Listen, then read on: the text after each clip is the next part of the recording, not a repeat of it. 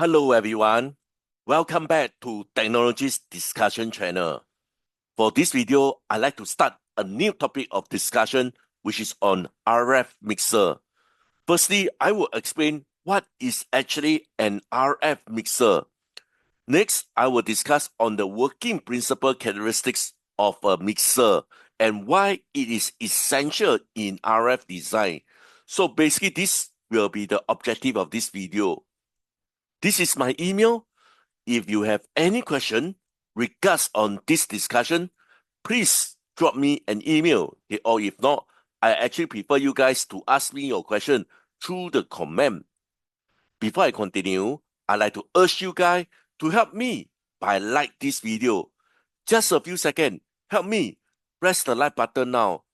For those who are new to this channel, and if you want to encourage me, you can consider to subscribe to this channel and turn on your notification bell.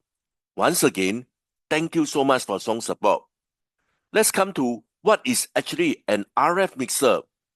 RF mixers, in fact, are an essential 3-port component.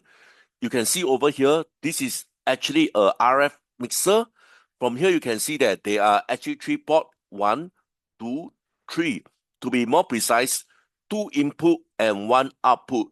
Basically, they are widely used in modern wireless system. The key idea is they actually enable frequency translation for up conversion in transmitters and down conversion in receiver. From here, you can see that this is actually for a receiver. You can see that the frequency is actually converted from a higher frequency to a lower frequency. The key objective is the shape and the size remain intact. However, because of losses, you can see that the amplitude actually decreased slightly. Okay, but the key objective of mixer is to remain the shape and the size remain intact and shift from higher frequency to lower frequency for down conversion. As for up conversion, typically at the transmitter, you can see that the original signal actually will move to a higher frequency. Both the sum and the difference will be the frequency transformation. Okay, so basically this is a quick understanding on RF mixer.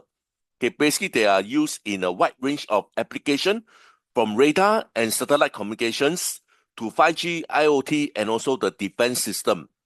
As wireless technology push into higher frequency, and this also demand greater bandwidth, mixer must able to deliver highly linear, low noise, and wide dynamic range in order to meet the stringent system performance. There are two types of RF mixer. Passive mixer, which means that they don't require any power to power up the mixer. Active mixer means that they require external power source in order for them to work. Come to passive mixer first. This actually rely on nonlinear component, for example, diode, and therefore because of this, they don't require any external power. They are simpler, but typically exhibit higher conversion loss. Coming to the active mixer, this actually use active component, for example, transistor. Transistor we need to turn on and off, and hence we require an external power source. They offer gain which help to compensate for losses and can also improve the overall signal strength. Basically, from this so-called table, you can see the comparison between passive mixer and active mixer. The advantage is basically circled in red. So for passive, it don't require any DC power, and hence because of this, the power consumption is much lower as compared to the active. However, for active, it actually can have a lower LO power. As for noise figure, passive is much more lower since they don't generate any form of noise. For noise performance, total noise performance, active mixer will be better. The number of required amplifier in order to meet the final objective of gain, the active one will be better. As for linearity, the passive mixer will be more ideal. So this actually do a quick comparison between the two types of RF mixer. RF mixer in fact operate with 3 key frequencies, as you can see from these two diagrams. Firstly will be RF frequency. Okay, so basically this is typically higher than the IF frequency. Next will be LO. LO, which is also known as local oscillator frequency. Last but not least, IF, intermediate frequency. So typically this is the lowest frequency as compared to the other two. Let's take a look on RF frequency. This is in fact a higher frequency signal. Typically for up conversion, it will be at the output. As for down conversion, it will be at the input. So this is actually for the RF frequency.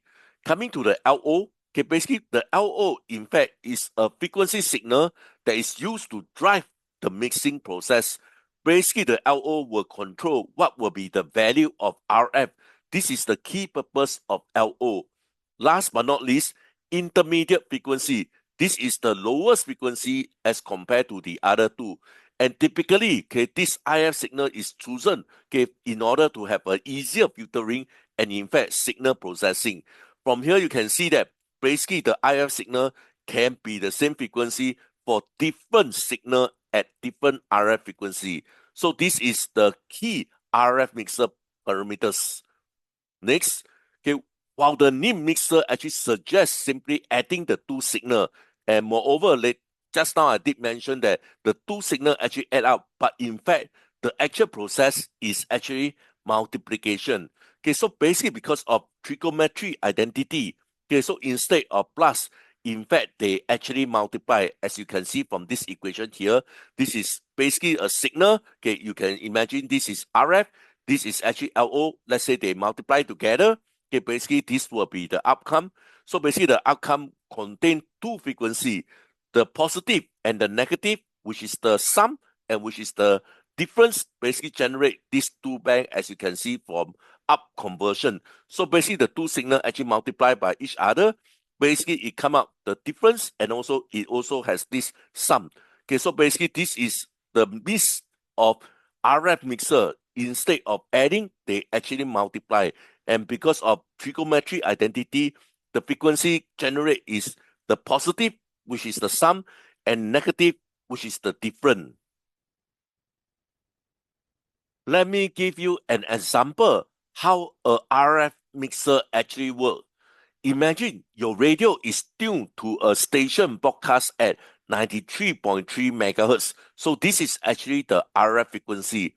Your LO, local oscillator, generate a signal at 104 megahertz. When these two signals are multiplied in the mixer, the output will contain both the sum and the difference. The difference will be the one that we want to extract out. The sum outcome will be the frequency at the RF frequency, which is 93.3 megahertz, the LO frequency, which is 104 megahertz. They add up. This is actually the sum of the output at the mixer. As for the difference, in short, it actually depends on, okay, so this is actually the LO minus the RF. In fact, you can have RF minus LO. It actually depends on whether it is actually up conversion or down conversion. But for this case here, since the LO is bigger than the RF, so basically the difference will be the IF frequency, which is 10.7 megahertz. Let's take a look on this diagram in order to understand better.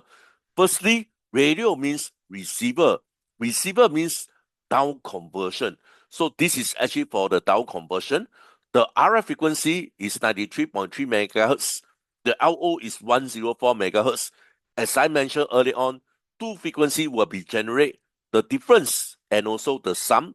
This is what we want to extract out from the signal. So this is a very simple example of RF mixer.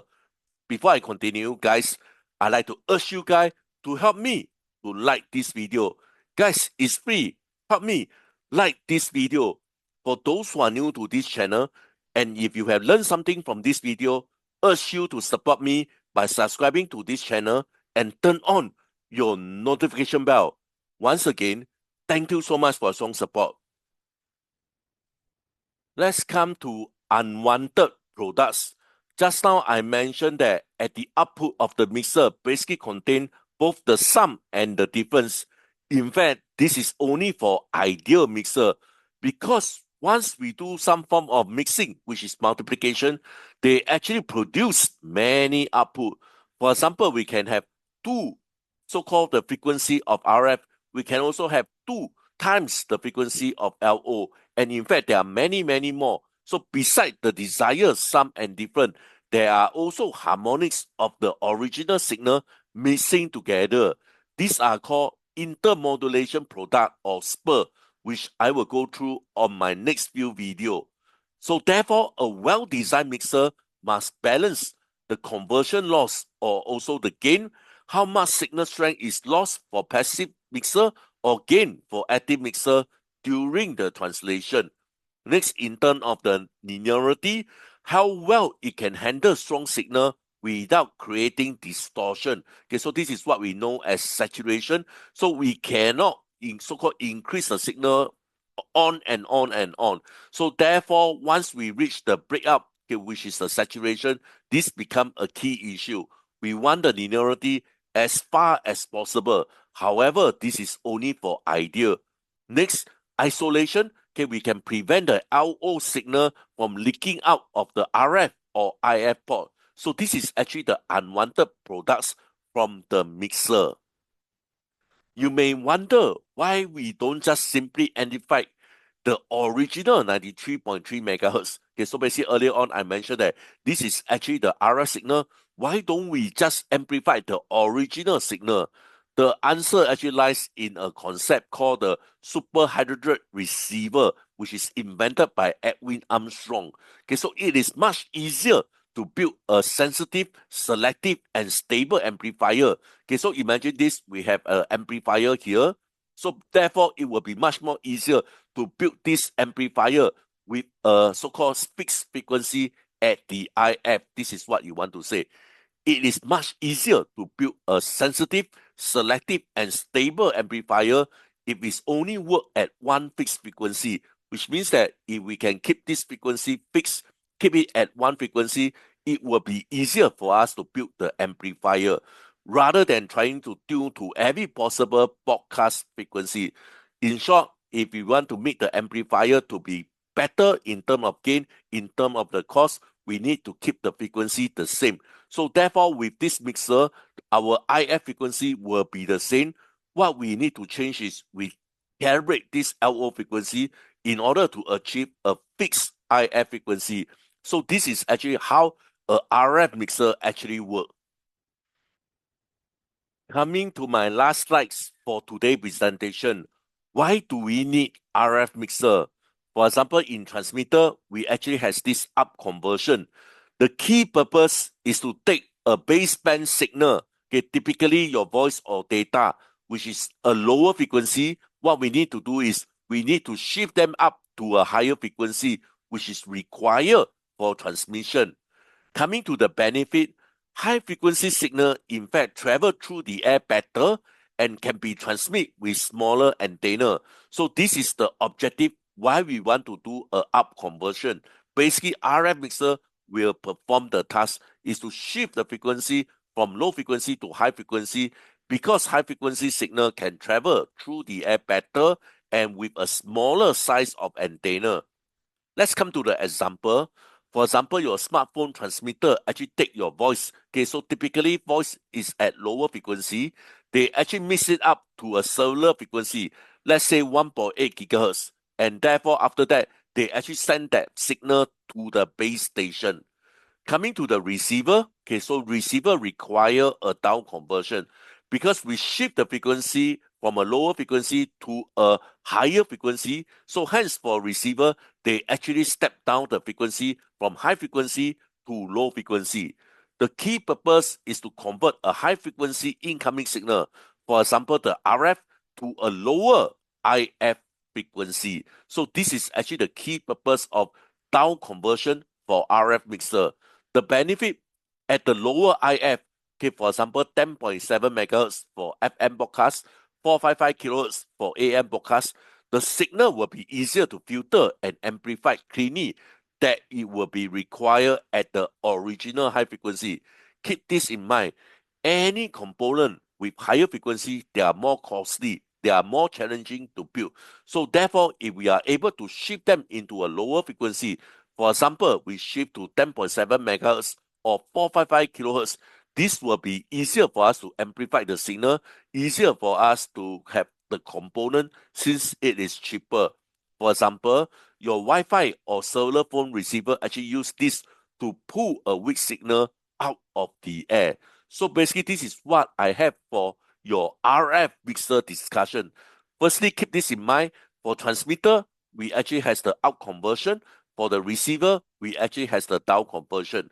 With this, I like to end my discussion. Please help me to like this video and subscribe to this channel. Once again, thank you so much for strong support. I hope to see you guys soon. Bye for now. Thank you so much.